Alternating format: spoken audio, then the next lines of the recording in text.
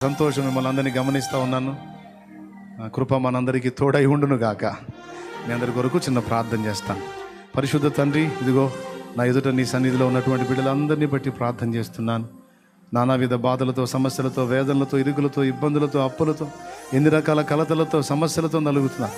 అందరి హృదయాలు ఎరిగిన దేవా, ఆదరించగల తండ్రి, చేదైన అనుభవాలని, మారా అనుభవాలని మధురంగా మార్చగల నా దేవుడవు గనుక నీ బిడ్డలను ఒక్కసారి దర్శించు.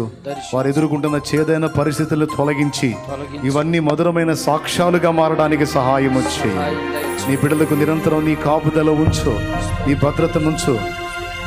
ఇక్కడ ఉండి నాతో కలిసి ప్రార్థనలో ఏకీభవించిన వాళ్లే కాదు, ఆయా దేశాల్లో, రాష్ట్రాలలో ఉండి ప్రార్థనలో నాతో కలిసి ఏకీభవించిన బిడ్డలు లైవ్ ద్వారా, జూమ్ ద్వారా అనేక మంది అందుబాటులోకి వచ్చారు.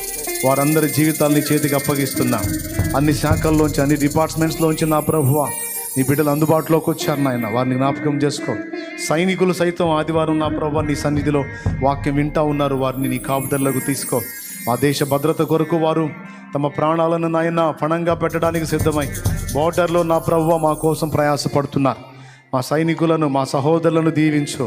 అలాగే ఆ రాజకీయ నాయకులు, అన్ని డిపార్ట్మెంట్స్ని నా ప్రభువా మీరు జ్ఞాపకం చేసుకొని ఆశీర్వదించి నా దేశమును, రాష్ట్రములను ఆశీర్వాదకరమైన అనుభవాలకు నడిపించు. అందరు రక్షణలోకి రావడానికి సహాయం వచ్చేయి.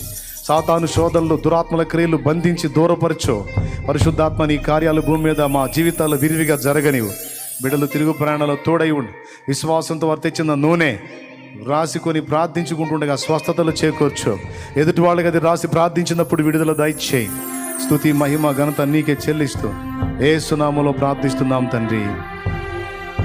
ఆమేన్. హల్లెలూయా, హల్లెలూయా, హల్లెలూయా. ప్రభు స్తోత్రాలు. మీ అందరికీ హృదయపూర్వక వందనాలు.